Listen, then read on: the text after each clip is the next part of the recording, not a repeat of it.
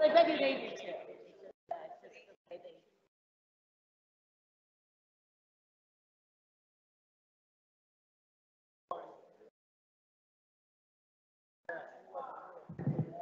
Okay, everyone, we're about to go on the record. If you can find your seats, silence your cell phones. Greatly appreciate it.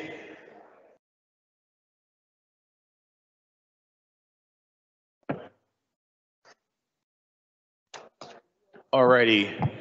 Good afternoon, everyone. We are on the record. Today is Monday, the 19th day of September in the year 2022. This is a City Council caucus meeting of the Jersey City Municipal Council.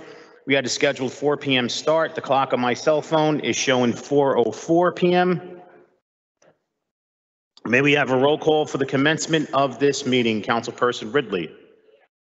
Councilperson Prinzeri. Here. Councilperson Baggiano. Yeah. Councilperson Saleh. Here. God, I'm tired. Councilperson Solomon is not here yet. Councilperson Gilmore. Present. Councilperson DeGise. Here. Councilperson Rivera. Present. Birthday boy. And anniversary boy. And Council President Waterman. Here. We have 8 council members in attendance at 4:04 p.m. On behalf of Council President Waterman, in accordance with New Jersey Public Laws of 1975, Chapter 231, the Open Public Meetings Act, also known as the Sunshine Law, adequate notice of this meeting has been provided by the posting on the bulletin board of the first floor of City Hall, the annual notice, which is the schedule of meetings and caucuses of the Municipal Council for the calendar year 2022, and filed in the office of the City Clerk on Thursday, October 28th, 2021. In addition, at its time of its preparation, the agenda of this meeting was summarily disseminated on Friday, September 16th, 2022 at 2 p.m. to the Municipal Council, Mayor, Business Administrator, Corporation Council, and the local newspapers, and posted on the city's website. So I can certify as to a total compliance with the Sunshine Law. Again, please be advised that we are now live streaming all City Council caucuses and meetings through Microsoft Teams. The links are located on the city's website and also on the City Council agenda. Council President, I'm going to turn it over to you. Good afternoon. Our first director is Director Kears.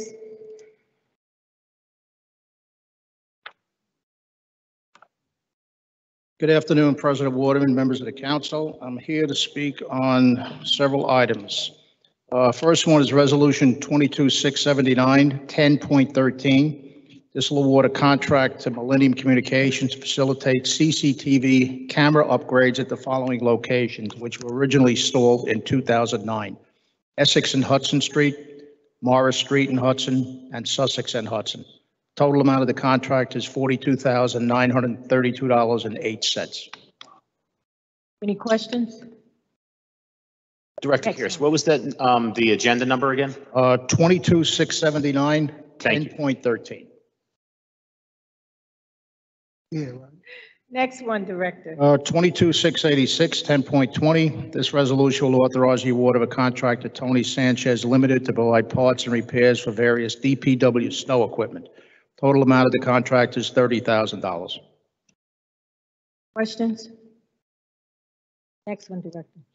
22688, 10.22. The resolution will authorize award to contract to Verizon Connect Fleet USA for the purchase of vehicle GPS and fleet management services for the Department of Public Works.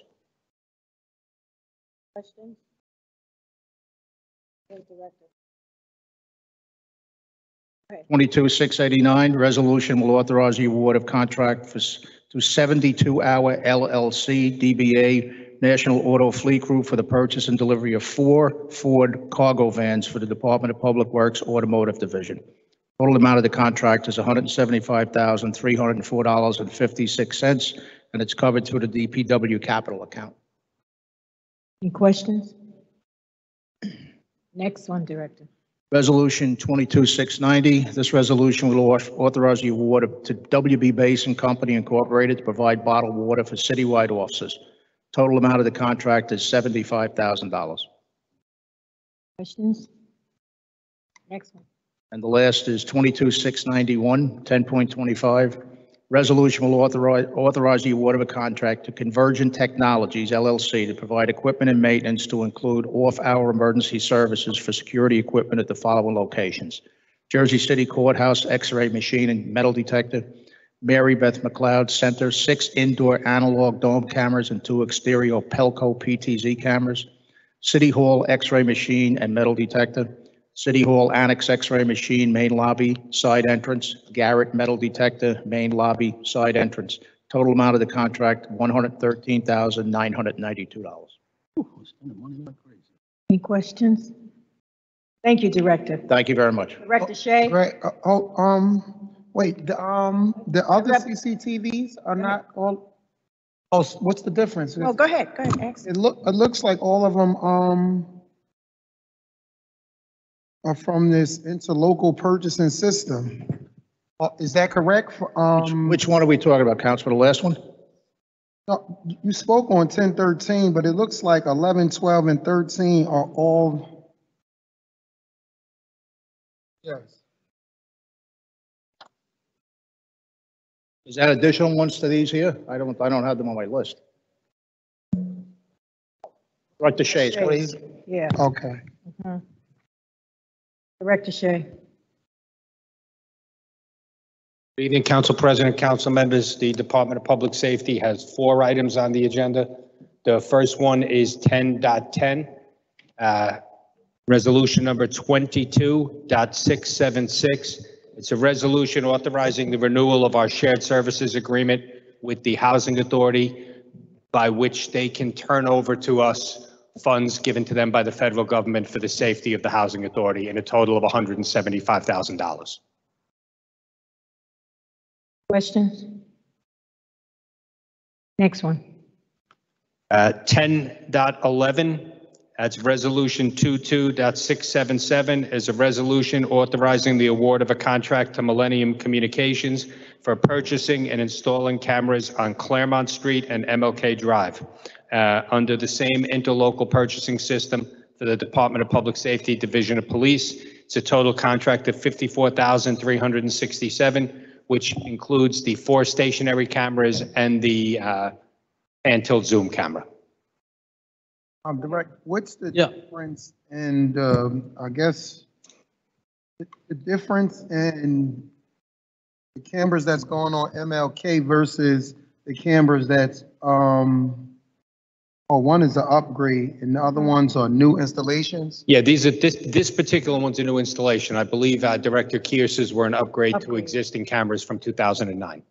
Oh, okay. Director, can we get some cameras up in the North District? The North District is right now on hold. I believe they're starting along Newark Avenue in the North District and then moving over along JFK. But that, I believe, is scheduled because of the non-availability of parts and cameras for December. All right, because we're having a lot of problems up there. Yeah, we've been working and we have temporary cameras up there, but we're trying to make those permanent. All right. When do you think we'll get those cameras? What they're telling us now is that December is the earliest from their supply chain problems. We have workers, we have everything, we just don't have physical cameras that we can install. Next one, Director. The next is a resolution. Again, it's a contract to Millennium Communications, installation of our Newark Avenue Pedestrian Plaza cameras under the interlocal purchasing system. This is a total of $190,100. How was this? $125.40. This is 10.12, resolution 22 Yeah, 10 point, sorry, I didn't read it out, Sean. 10.12, 22.678. The next one in order. And this is for the pedestrian plaza cameras. This is slightly more expensive because we're going with the kind of hidden cameras. They're not surveillance cameras. We're announcing where they're putting them, but they're not as obvious. They're not hanging down because we have no place to hang them into the middle of the pedestrian plaza. We can't use the existing poles and lights to hang them from. So we have to put the whole installation in and run wire. Gotcha. Next one, Director. And my final one is 10.14, resolution 22.680. This is to award a contract to Turnout Fire and Safety for the purchase of our firefighters' recruit uniforms and protective gear through the Sourcewell Purchasing Cooperative for the Department of Public Safety. It's a total of $155,719.44. That covers all of the recruits' uniforms, their working uniforms when they're hired, and 2 full sets of the protective equipment that we're required to give them for each firefighter. Questions? Thank you. Thank you, ma'am. Nicole? Council President, before we move on, I just wanted to mark Councilperson Solomon present at 4:06 PM, so we now have all 9 council members present. Thank you. Good afternoon, Nicole Dupree from the Office of Employee Benefits. I'm here to present agenda number 10.46, resolution number 22-712. And this is an authorization, a resolution authorizing a payment of a claim to Equitable Financial Life Insurance Company of America for providing management life insurance to our management employees. Questions? Thank you, Nicole. Thank you. Maynard? Good afternoon, Council President, council members. I have 2 resolutions in front of you. The first one is item number 10.9, resolution 22-675. It's a resolution providing local support for the Leaf Joint to operate a Class 5 retail cannabis business. It's located at 391 Central Avenue.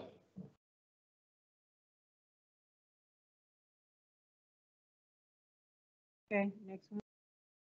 Sir. Lisa? You got it. I've met with them. Go ahead. And the second one is item number 10.49, resolution 22-715. It's also a resolution for local support of cannabis business Medusa that's located at 759 Bergen Avenue. Questions? Thank you. You're welcome. Kyle?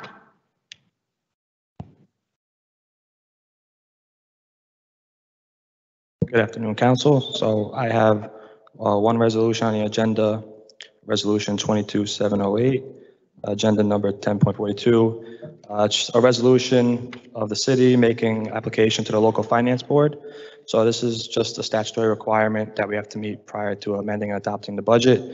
This accounts for one of the appropriations that we had in the budget this year for money due from FEMA and some other small items. This should be the last step prior to adopting. Questions? Go ahead. So, Director, I don't recall us doing this in the past. Is this something we've done in the past? I don't recall recently, but this is the money we had due to us from FEMA, the MUA. It's essentially cash we didn't receive by the close of the prior fiscal year. There won't be a material impact on the budget because we can now anticipate those dollars this year. But this is something we're required to do prior to actually adopting the budget. Just where are we on the budget timeline and process? Once this step's complete, the state will advise us. This is really the last thing we have to do, and then obviously bring the amendment to the council to approve and adopt. So The amendment would be introduced, and then at the next meeting, would have a public hearing where it's my favorite part of the job to read line by line to everybody. When are we anticipating passing the budget at this point? well, ideally before, if we could work with the council on maybe a special meeting to, get the amendment introduced. This way we could adopt it by the next regularly scheduled meeting.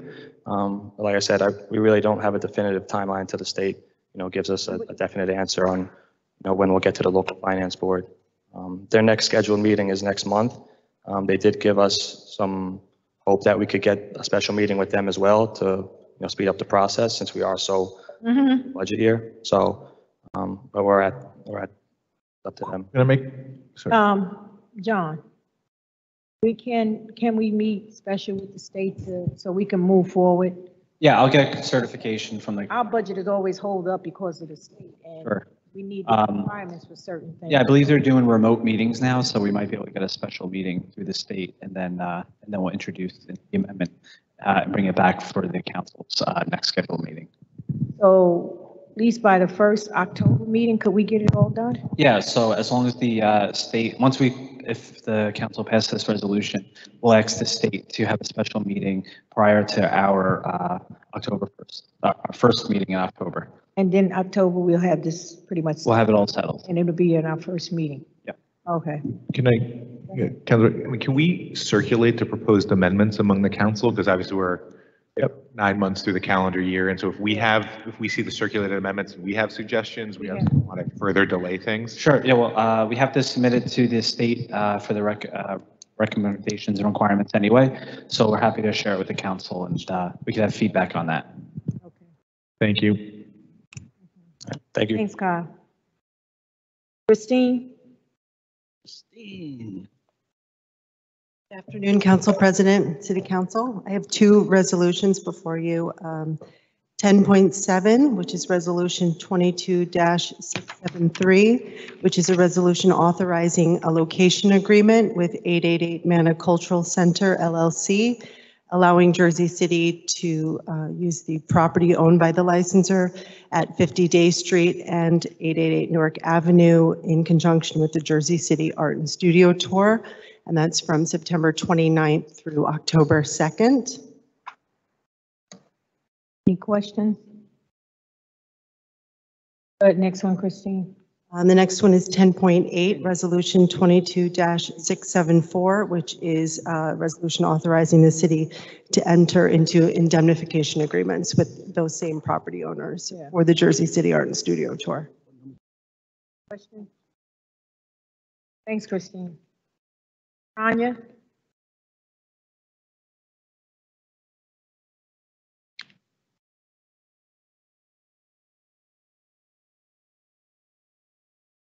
I'm here for a few, but there's also a first reading that I'm more than happy to speak on. 1031, 1032, 1033. They're all very 1031, 1032, 1033.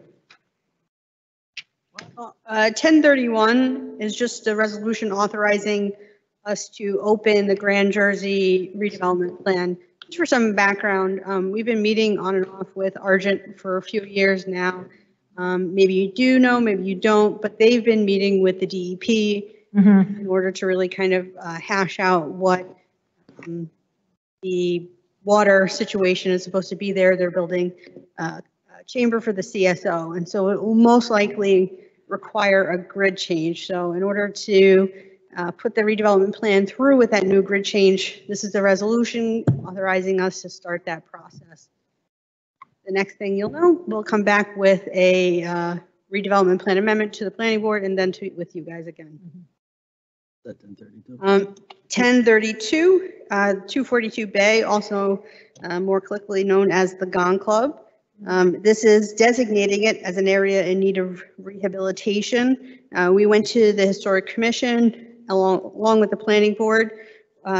Area in need of rehabilitation just means that the utilities or the building, the structure itself, everything within the area is at least 50 years old.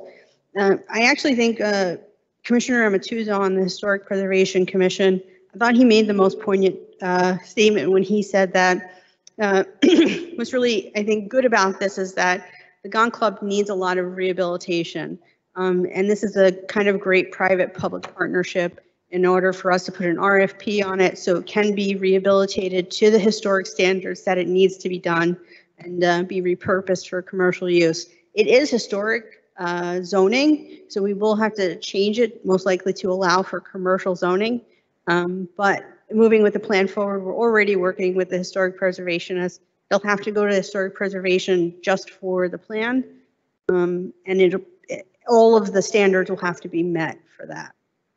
And then 1033, which is 72 Montgomery, which is the senior building, the HMFA senior building that's on Columbus and Green. This would be for the parking lot part of it specifically. Now the plan itself was written in the late 60s and it had a deadline, and we passed that 50 years. But the plan has also been built out. When redevelopment plans get written, the idea is that we will build them as they are and they're complete and they get a certificate of completion. So we had to redesignate it. That's why it's kind of here again, even though it's already in a redevelopment plan. If you're looking on the map, it's already in blue. The idea is to really mimic what happened at 25 Columbus. So if you're familiar with it, 25 Columbus was also a parking lot adjacent to a building that we call Towers in the Park. And it's a very kind of 60s, 70s style planning.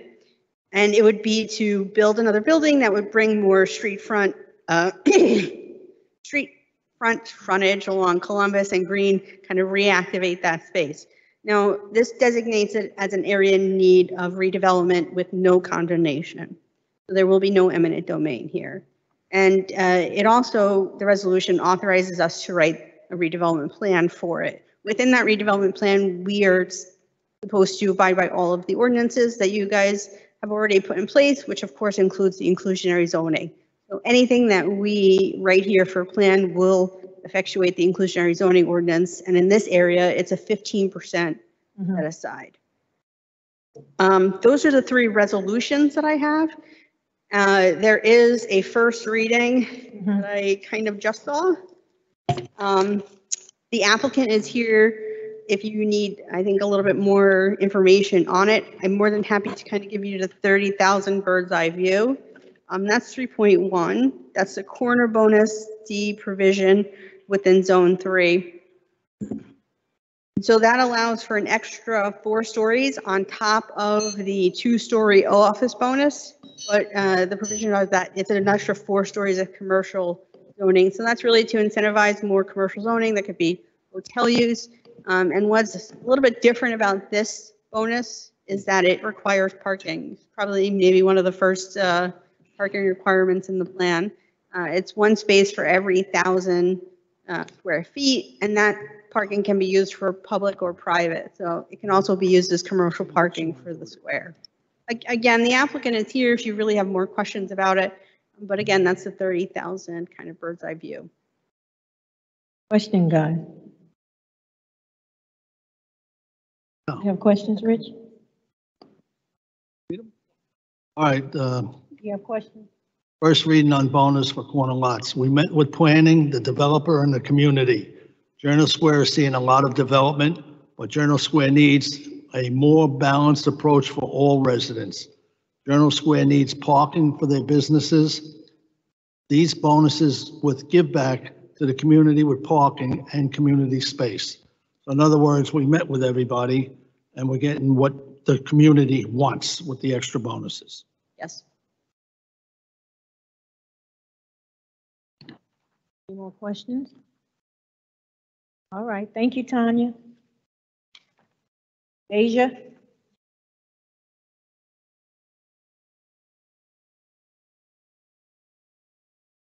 Deja vu. Good evening, Council President, members of the council. I have 4 discharge resolutions for you, numbered agenda item 10.27, 10.28, 10.29, and 10.30. Agenda item 10.27. We are requesting for the council to approve the discharge of a HORP-funded property. The borrower borrowed $14,000 from the city of Jersey City to repair their home located at 80 Baldwin Avenue. Pursuant to the mortgage, this indebtedness is a deferred payment, no interest mortgage. Upon the 10th year after the signing of the mortgage, within mortgage shall be forgiven in its entirety. All conditions under the recorded mortgage have been satisfied, and the city of Jersey City is obligated to discharge this mortgage. Questions? Okay. Agenda item 10.28. Okay, this is also a HORP fund property where a separate borrower borrowed $17,780 to repair a home also located at 80 Baldwin Avenue, but Lot E. So pursuant to the mortgage, this indebtedness is a deferred payment, no interest mortgage, and upon the 10th year after signing this mortgage, it shall be forgiven in its entirety. The recorded mortgage has been satisfied, and the city of Jersey City is obligated to discharge this mortgage. Agenda item 10.29. is also a HORP mortgage where the borrower borrowed $6,000 for repairs on their home located at 63 Colliard Street. And that was in 2005. Additionally, in 2010, the borrower additionally borrowed $17,995 for the same property for repairs.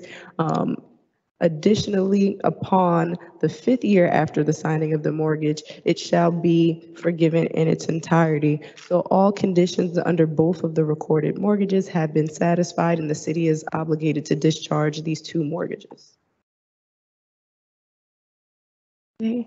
And agenda item 10.30 is also a HORP-funded mortgage where the borrower borrowed $8,150 to repair their home located at 63 Torres Avenue in Jersey City.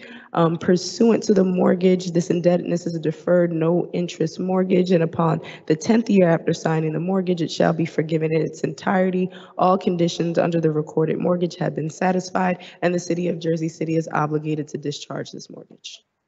Thank you very much. Thank you. Barker.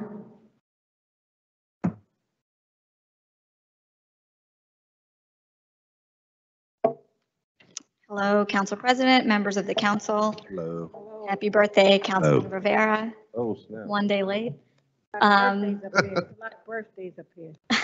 Yeah, but no cakes. And Councilman Ridley as well, yeah. Right. Oh, happy birthday, Councilwoman. Councilman Gilmore too, thank you. Happy birthday to all of the council members. I was saving it until the end. Oh, okay. I'm sorry I stole your thunder, Sean. No way. Birthday. Oh, wow, all these 14? birthdays. Okay, this is What like day a was commercial. You see what I started? Do you want to just, Council President, do you want to just Let's sing do while we it. have Barker up here? We can see how good of a voice she has. I have a great voice. Go ahead, Director. Okay.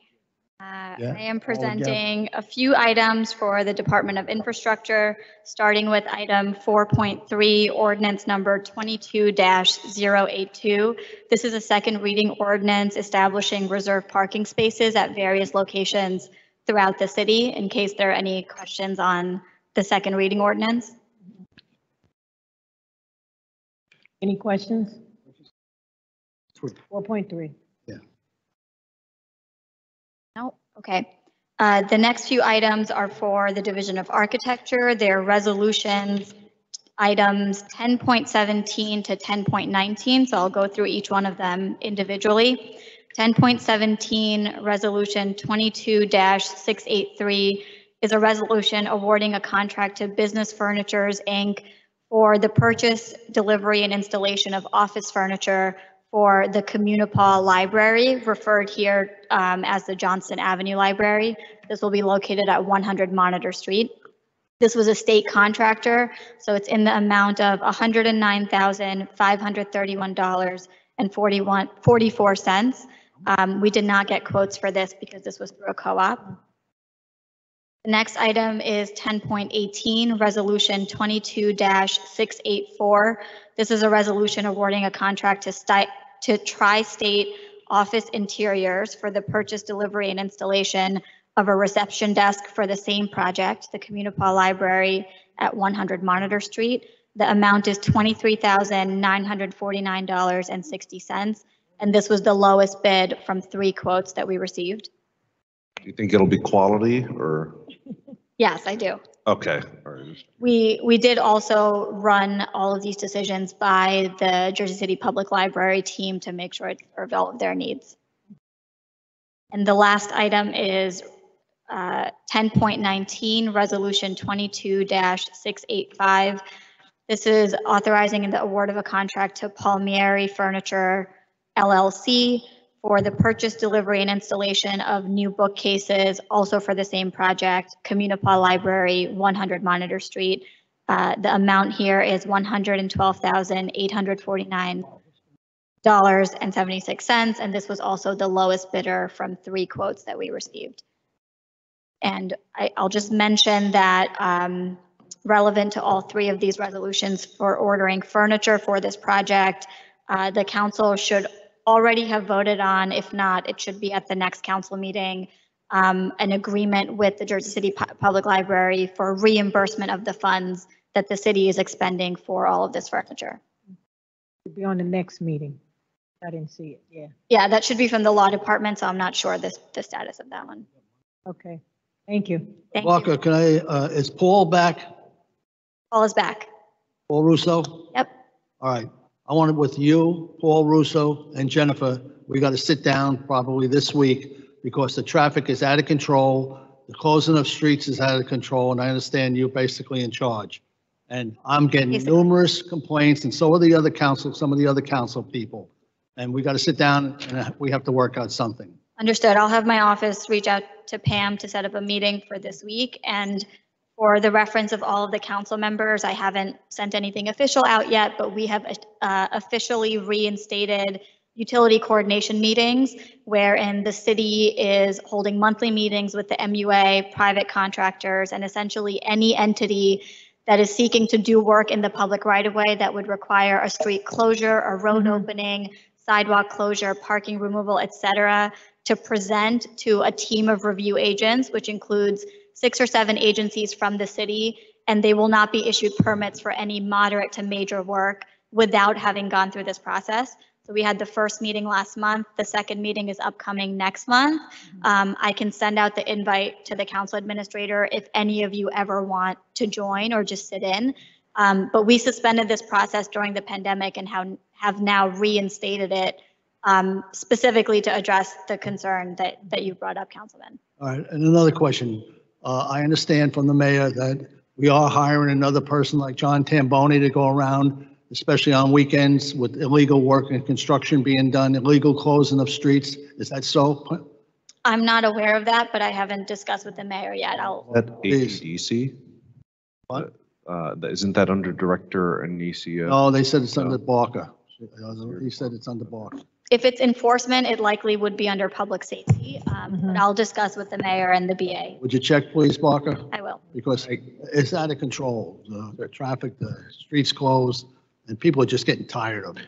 Sorry, Director, I don't know if this is what Councilman Boggiano and the mayor are referring to, but you guys are hiring a construction manager, like someone to oversee all the construction citywide. Is that right? That we talked about in the budget, like there's a position in engineering. It was in my proposed budget for the department. I'm not sure about the status of whether that's approved or not. So we have not initiated that. Thank you, Barker. Councilman, it's in the amendment that will be circulating, so we could start recruiting for that. Great. Yeah, I mean, if it's in the amendment, I know we're waiting to pass it, but it'd be great to start the hiring process because, I don't get the same calls that Councilman Boggiano gets, but I do get calls about construction coordination across the city. Yes, I guess we do need it because I heard last week down here was. Yeah. Okay, so I'll make sure I touch base with the BA and just get authorization for that. Yeah, it's something. Thanks a lot, Barker. I appreciate it. Thank you, Council President. Thank you, Barker. Thank you. Thank you. Stacy?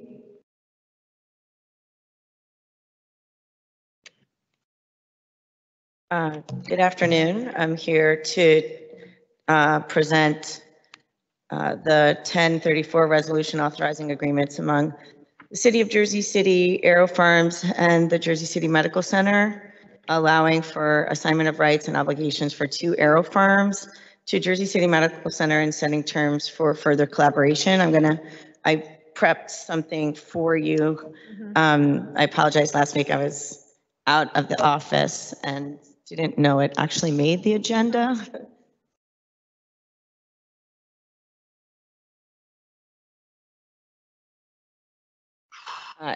As you may already know, we have 2 Aero Farms up and running in our 2 housing authority locations.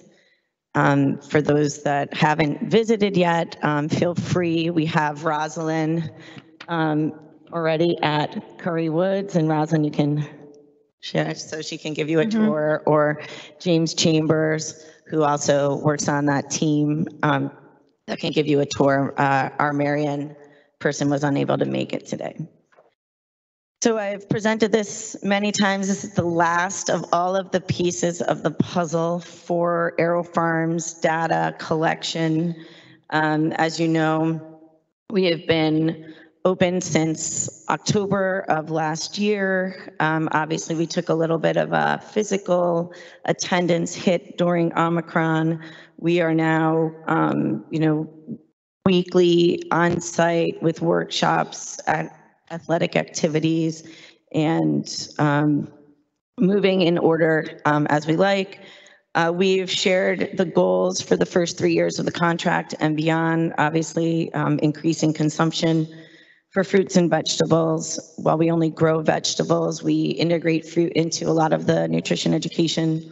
Our interest is particularly decreasing rates of high blood pressure, having decreased rates of diabetes, having a decreased rates of risk of heart disease, and decreased rates of obesity.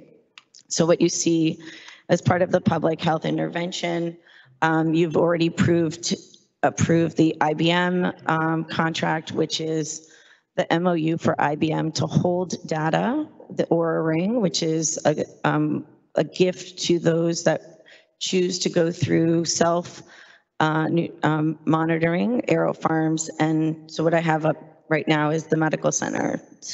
So originally through the World Economic Forum, we met with Quest Diagnostics. Quest was going to take on the role of the diagnostics, and Quest then left the World Economic Forum, leaving us with no diagnostic partner.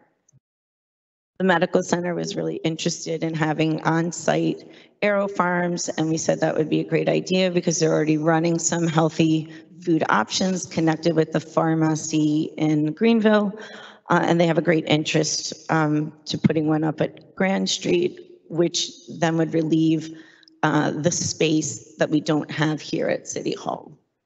And their interest is providing that support for diagnostics.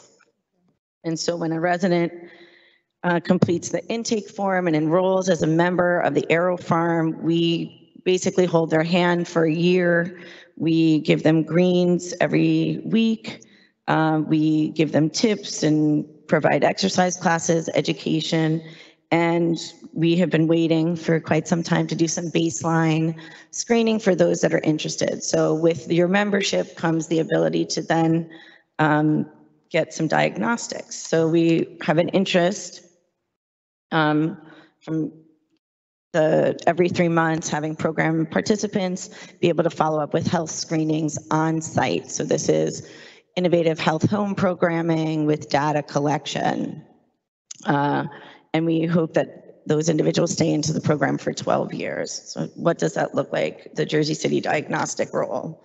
We've asked them to do the biometrics, a lipid panel, take the differentials of platelets, vitamin D, which from the very beginning of this program, we noted that Jersey City has a statistically low vitamin D, which is kind of interesting because vitamin D is a very significant mental health vitamin, and that was the interest for Aero Farms, a high vitamin D content in greens. And you can see glucose, hemoglobin, etc. So we would have medical center, medical staff come on site to do any diagnostics that I have listed here, charge insurance if they have it. If not, they don't charge. They're debating this. That's why we're kind of on hold. There's no charge to the resident. There would be a follow-up right on site. We hear a lot from our residents in Curry's Woods and Marion. There's limited transportation. It's difficult to get to doctor's appointments. It allows us a really unique way to support individuals on site and then keep them coming to collect their greens and learn more every week. Our interest is to have at least 10% of those people that engage with the Aero Farms right now. We have over 100 members, so we really organize each farm to support about 50 members. The goal would be once you follow up with your medical staff, so it could be 1 week a cardiologist comes on site, 1 week a nutritionist comes on site, 1 week a nurse practitioner comes on site, depending on the interest. and follows up with your medicals. Then we offer you the option to continue doing self-monitoring and the Aura Ring. And so if you choose to do self-monitoring, we offer you an Aura Ring. We ask if we can collect that data in aggregate. That data goes into the IBM portal. The information goes to Rutgers for the research. And I think they got it. You guys got it? I just heard that I needed to present more something. information. Don't start nothing. Wait, what's Rutgers gonna do? Rutgers is signed on to do the research. Like, are they gonna give us a report after? Yeah, they're going to give it, we asked for a report of publishable quality. So this is a white paper, not just a student-only report, so. So I have a question, Stacy. Yes. With respect to the medical center, so I'm assuming they're very much involved in this, right? Yeah, the medical center, we meet with them weekly. Oh, I see you mentioned that they have cardiologists, they have nurse practitioners. Maybe you should chat with them and maybe to see if they can have a resident rotation there. I think that's what their interest is. Right, the only reason I say that is because we can have nurse practitioners and cardiologists and a team of people there, but if they're not tracking all these lipids, all these cholesterols, all these vitamin D hydroxys that we're concerned with, like vitamin D and the vitamin D hydroxy level are two totally different things. So if we have somebody tracking that, then we kind of leave more than a cardiologist, right? Like a like. I think that's like the first step. We're hearing a lot from our residents about they need to go to their cardiologist. They wait a long time. So I'm just concerned. I just want medical center to tie the ends, not to just leave them in purgatory, right? Because we're going to have a people that are going to come there and they're going to read all of this and they're going to say, wow, this is really going to help me. But if it's not going to be, if they're not going to see that there's somebody in there tracking them, I don't want them to, go. Yeah. And this is, we talked to the medical center years ago about doing this in our senior centers. Right. And that just wasn't the right time. And now with the moving of the senior center and all of it, not enough space, we think that this is a really great opportunity to tie the knot with Aero Farms and kind of create these health homes that could be really viable for like future health planning. Thank you. Anyone else? Thanks, Stacy. So Ofer is going to come up and provide the next two. Ofer's. Cynthia? Oh, Cynthia's next. Okay, then. Yeah, Cynthia's next.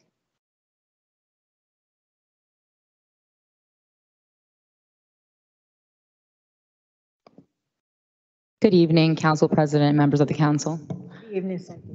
How are you? My name is Cynthia Vasquez. I'm the new interim director for injury prevention, and I'm here to speak on 2 points, 10.37 and 10.38, 1037 resolution authorizing a contract with Helping Where I Am Needed, and 1038 resolution authorizing a contract with Cindy Everett for the domestic violence prevention program. Question? So how does this domestic violence program look? If there's an incident at the house, I guess the police come and remove whatever party responsible, and then subsequently the victim is left. Do the service go into the home to, like, how does that, can you walk us? From what I understand, it is usually court-ordered persons who must attend this curriculum. So once they come into a situation, if they go to court, the court basically addresses them to join a program of this nature. This program is a 6-month program. So they must complete it and provide a certificate at the end of their completion and provide that to the court for proof as well. Oh, so this is not necessarily for the victim, it's for the perpetrator, for rehabilitation? From what I understand, it's for the defenders, so people who go to court basically on different court cases involving domestic violence. So basically it's for the perpetrators who may be causing the domestic violence in order to get educated, to learn about what the violence situation is about and to see if they can basically obtain a curriculum that will guide them in a process to have a plan in the future when they when they come across situations of this nature and to understand their nature a little bit better about what is ailing their violence. And what's your name again, young lady? Cynthia Vasquez. So you're not this, I got confused. So the young lady here, Cynthia, will be doing the workshops. Yes, she's one of the facilitators. So there's two facilitators, Levi Johnson, he's the one with the Helping Where I Am Needed LLC. And Cindy Everett is our other instructor. Both instructors are quite popular. They seem to do very well together as a team. And basically, even the judge, from what I understand, tends to call upon them quite a bit to facilitate classes for these people. Now, where area are the, I guess their office is located? Do they have a physical office that the individuals go into, or is it a come home? No, yes, this is all done online through Zoom. So basically, they all meet on Zoom, and Tony Costello, who is our main person social worker in our office, is the one who manages and organizes the classes and kind of keeps track of all of the facilitators that offer this on Zoom. All the treatment is on Zoom? Correct. This is all during online, yes, because this was actually done during COVID. So everything was online from that point on. Do we have any statistics on the recidivism rate in terms of like how many people reoffend if they take this course, or does it drop off? Like the benefits of taking this course outside of, being court mandated, like does it actually increase the, increase better outcomes in terms of, creating peaceful homes and decrease domestic violence? Like that's what I'm getting to. Yes, so Antonia Costello, who is our main point person, she actually has provided a survey. We're actually waiting for those results now, since it's a fairly new program. From what I gather, Judge Austin specifically is somebody who praises this program. It's very popular, does very well with a lot of the victims and a lot of the perpetrators who come through this program. Seems to have great results in court. Even the perpetrators and the defenders themselves, they actually go to the judge praising the program. So she's not even asking for this feedback. She just naturally gets it from everyone. So I don't have a number statistically what to give you just yet, but we do have a survey that's been created in hopes that we will get feedback so that I can provide that report next time around if needed. That's awesome. Thank you. Also, I have one more question, Cynthia. Let's say I know of a couple who's going through domestic and they don't want to go through the court system and stuff. Is there any way they can go directly to this program for intervention, or do they have to be court ordered? No, I believe they can contact us directly, and they get vetted basically. Tony Costello, she's the one that asks questions to the people to have an understanding of what their background is, what the situation seems to be, and she takes it from there basically. Thank you. Next one. 10.38, you have issue? 1038, yes, that's the resolution authorizing a contract for Cindy Everett. She's one of the other facilitators for this program, who's very popular as well. Okay. Thank you, Cynthia. Okay, thank you. Officer Cohen?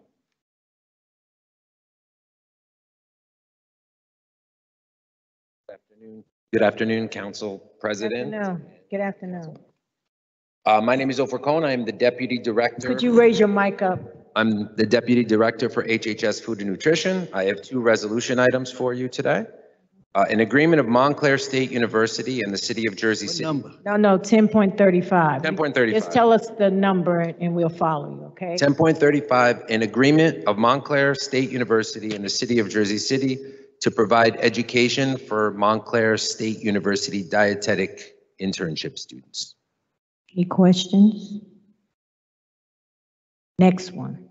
Okay. Resolution 1036, an agreement with the Community Food Bank of New Jersey SNAP Education Program to provide nutrition and fitness education programming. This is good stuff here. Yes, that's it. Early?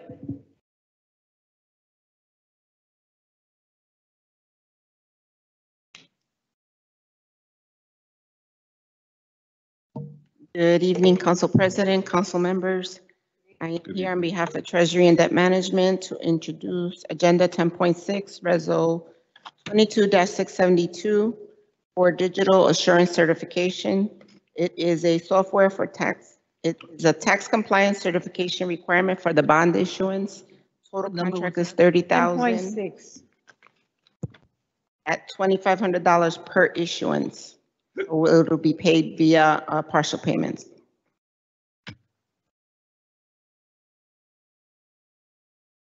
Any questions? Questions? Thank you, sure. Thank you. Last one is IT.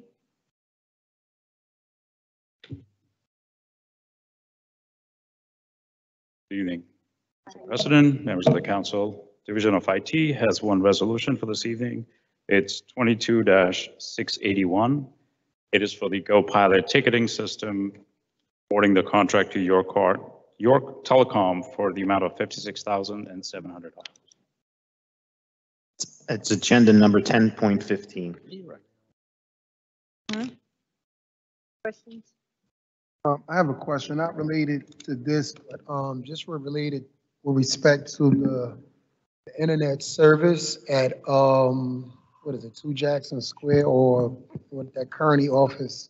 For Jackson, sure. 4 Jackson. 4 Jackson Square, yeah. The internet service over there, it's for whatever reason, it goes in, it goes out, you don't get reception in this part of the building. Then when you do get reception, the signal is not strong enough. What, if anything, are we doing about that? Sure. We're planning, currently we're setting up the Wi-Fi services at City Hall. We plan to utilize the same virtual controller over there. Once this is completed, we'll expand the installation over there as well. Thank you.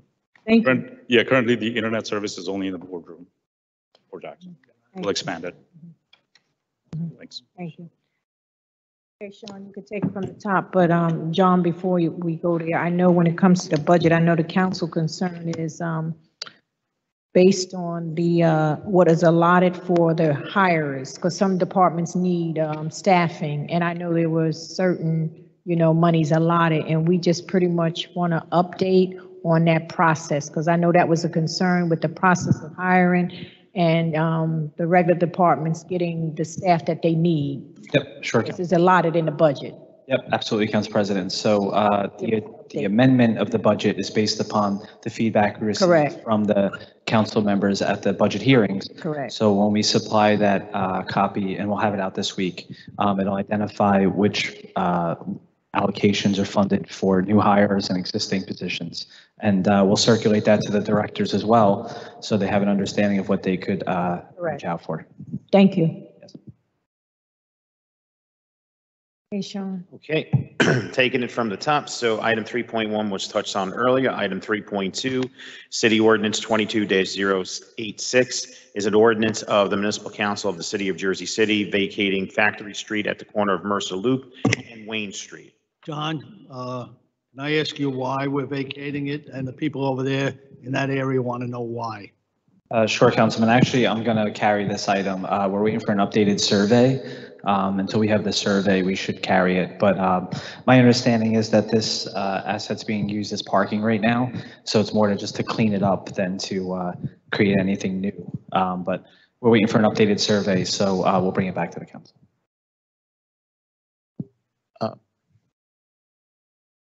Do we want to introduce it, John, or do you want to just withdraw it and bring it back? If we have the updated survey, I'll circulate a memo to the council exactly what we're doing, but without that, I'll take it out. Okay. Thank you. John, I'd rather you withdraw it and let me speak to the people over at Mercer Loop. Okay.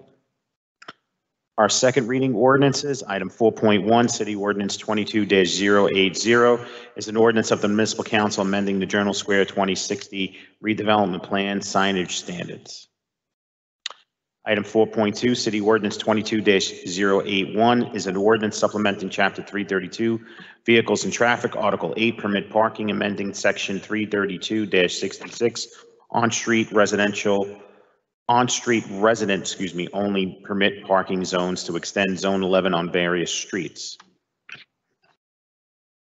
Next, 4.3 was touched on earlier. Item 4.4, City Ordinance 22-083 is an ordinance authorizing the execution of a lease of the Apple Treehouse to the Museum of Jersey City History for a term of 5 years.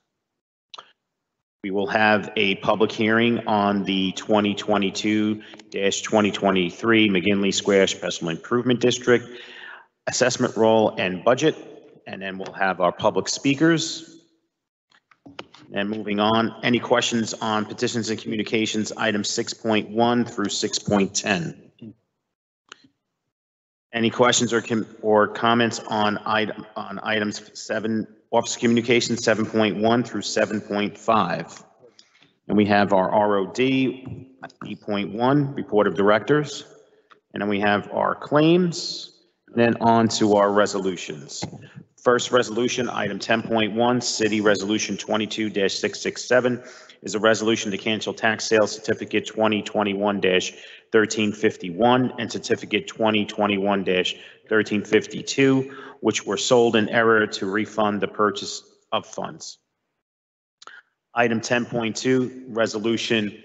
Sean, can you Sure, I'm sorry. Polo. Council, just an update on this one. So the property owner had paid in delinquency right prior to the sale. So it did go through the sale, but it was done in error. So we're just, they're paying their traditional taxes and reimbursing that $8,000.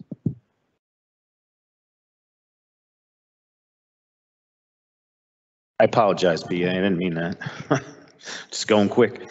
Item 10.2, Resolution 22-668 is a resolution accepting the assessment roll of the Mcginley Square Special Improvement District of Jersey City, which also companions item 10.3, City Resolution 22-669 is a resolution adopting and ratifying the 2022-2023 budget of the Mcginley Square Special Improvement District of Jersey City.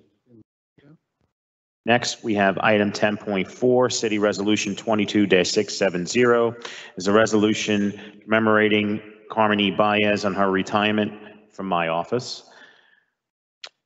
41 years of service. Item 10.5, City Resolution 22-671 is a resolution call on the United States Congress to support the Speak Out Act.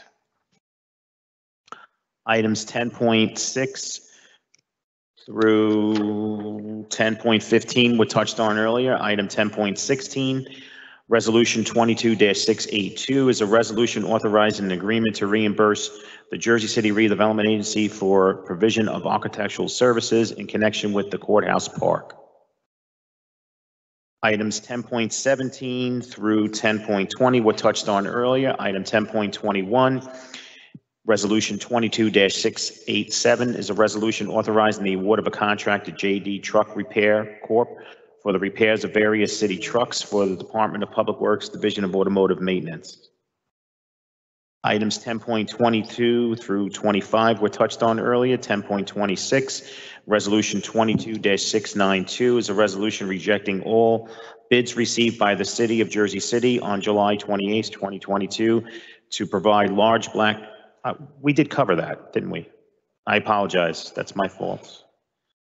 10.26, 27, 28, 29, 30, all the way to 38 were covered early. I apologize about that. Item 10.39, City Resolution 22-705 is a resolution authorizing the city to redeem a tax lien purchased by Us Bank Cuss Tower DBIX 2019-1 regarding Block 11603, Lot 33, also known as 45 2nd Street, and to settle the matter under docket number F-002413-22. Council members, this is a foreclosure action. There was a tax lien that was sold. This is the Candlewood Hotel property. 45th 2nd Street. There was some underlying tax appeal matters because, from my understanding, there was a discrepancy as to a tax assessment that was done, a admitted tax assessment that was done going back to 2017. This property was originally under a pilot program with the city. I think it was supposed to terminate in 2016. It was not put back on the tax rolls after that, and Candlewood was making payments. From my understanding, the payments probably was not being assessed properly to the block and lots. So Candlewood filed 2 tax appeal matters that were pending. The city was still taxing Candlewood on top of that. The lien holder, US Bank, filed a foreclosure action. The city was not involved, but Candlewood turned around and filed a third-party complaint against the city in this foreclosure action, alleging that the lien wasn't properly sold. So this settlement is to settle the actual foreclosure matter, as well as reimburse the lien holder for the amount that was sold, the tax lien. And that totals a little over $1 million. From my understanding, this is not coming, this money was already paid by Candlewood to the city, but it was in a separate account.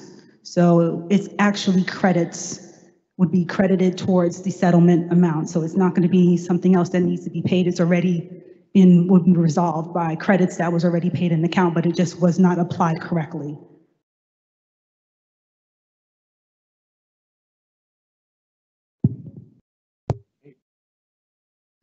Next, item 10.40, Resolution 22706 is a resolution authorizing the settlement of the action entitled Sharon Cooper versus the City of Jersey City Police Department, Sergeant John Ransom and Officer Patrick Egan, docket number 2:18-CV09200-KMMAH.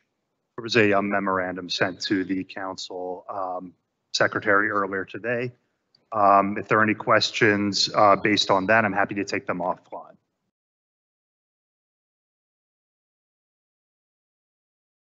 Sorry, did somebody say what you said? Can you repeat what you said? Oh, sure, yeah. There was a memo summarizing, a confidential memo sent to the council on that matter earlier today. It was sent to the council secretary.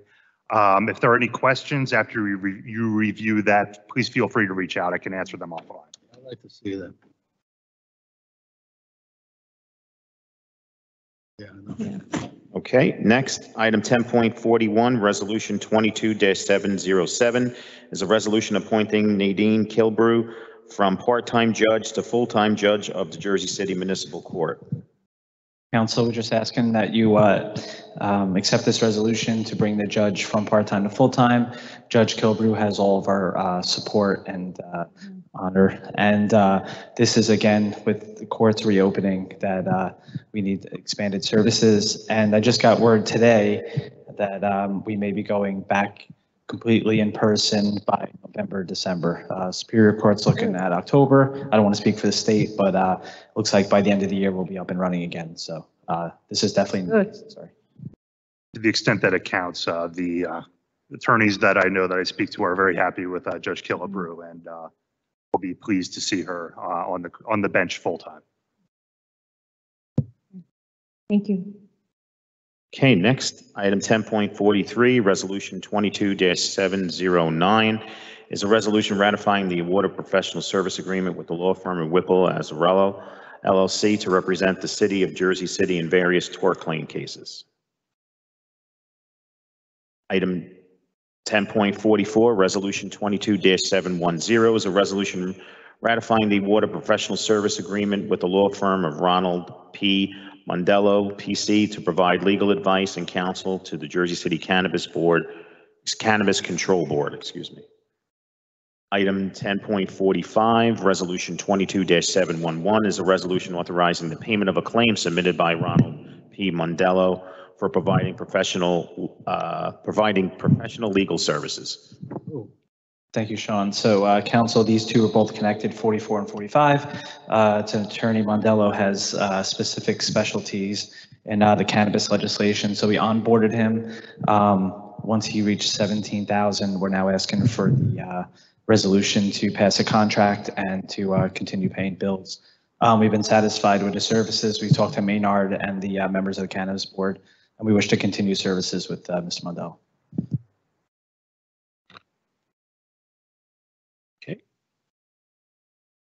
Item 10.46 was touched on earlier. Item 10.47, Resolution 22-713, is a resolution ratifying a month-to-month extension not to exceed 4 months effective September 1st, 2022 for a contract awarded to Claims Resolution Corporation to provide third-party administration services for the city of Jersey City. Thank you, Sean. This is 10.47. This is CRC connected to our insurance fund commission. And we're just asking for an extension while we go through the RFP process to either determine them as a vendor again, or we go a different direction. Okay. And 10.48, Resolution 22-714 is a resolution rejecting all bids received by the City of Jersey City on September 8th, 2022 for a contract regarding maintenance of multiple parks. Thank you, Sean. Council, we did send out an RFP, as we're aware that we do have 4 parks currently that are done through Jean's Landscaping as an outside vendor. We went out and we proposed additional 3, so that would bring us to 7 total. We only got 1 responsive bid that was qualified, and it exceeded the amount that we budgeted for. So we're going to go out again, and if that exceeds it, we'll be able to negotiate up to the 7. So we don't have to do all 7. We will look into keep the 4 and potentially add to that. Don't want to get into pricing because we are going to rebid it. So I was going to say, so we're going to go back out to bid again? Yeah, we're going to advertise next week and rebid. We're also going to try to advertise on a few more boards to see if we can get additional bidders for it. If not, if it's just the one again, we can then go and negotiate.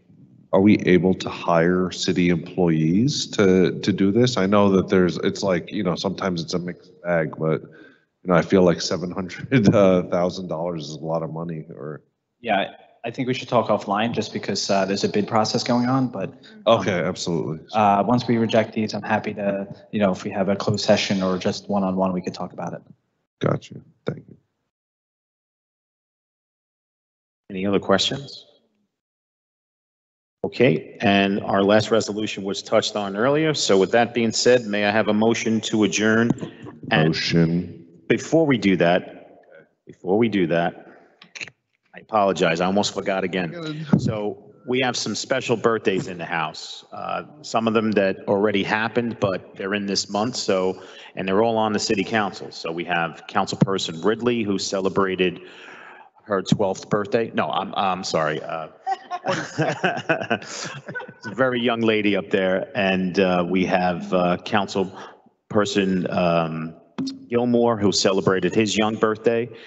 And we have Councilperson Rivera, who not only celebrated his birthday, but also today is his, I believe, correct me if I'm wrong, 33 years with his lovely wife. Oh, happy anniversary. Bless her soul. Bless her soul. She's repairing that TV. Hold on. We got a request from our corporation counsel. That was a reminder for Councilman Rivera. You can stop at the Dwayne Reed on the way home and get a box of chocolates and a card. But just so you guys know, we are live streaming this. So if the wife is watching, she already knows his plan. So, and one other item really quickly. Sitting to my left tonight is Brittany Murray, who will be assuming the role of First Assistant Corporation Counsel effective today. Brittany Murray, sitting to my left. Ms. Robinson, Chanel Robinson, is taking a senior position in the Department of Administration. working with John. So we'll sit down and meet with everyone formally on a one-on-one basis in the coming weeks. But just wanted to make the introduction very quickly and let you know that we're very confident in her and looking forward to moving forward here. You can smile. You can smile. It ain't that bad. Congratulations. All right. With all the good news that we just heard, may I have a motion to adjourn at 5:12 p.m.? Motion. I'm going to give I think the motion was originally made by the birthday boy, Councilperson Rivera, and I'll give the second to Councilperson Soleil. To be fair, all council members present by acclamation, please say aye. Aye. We are out of here at 5:12 p.m. Thank you so much, everyone. Happy birthday to everyone and happy anniversary. And remember, teamwork makes the dream work. Have a great night. Stay safe.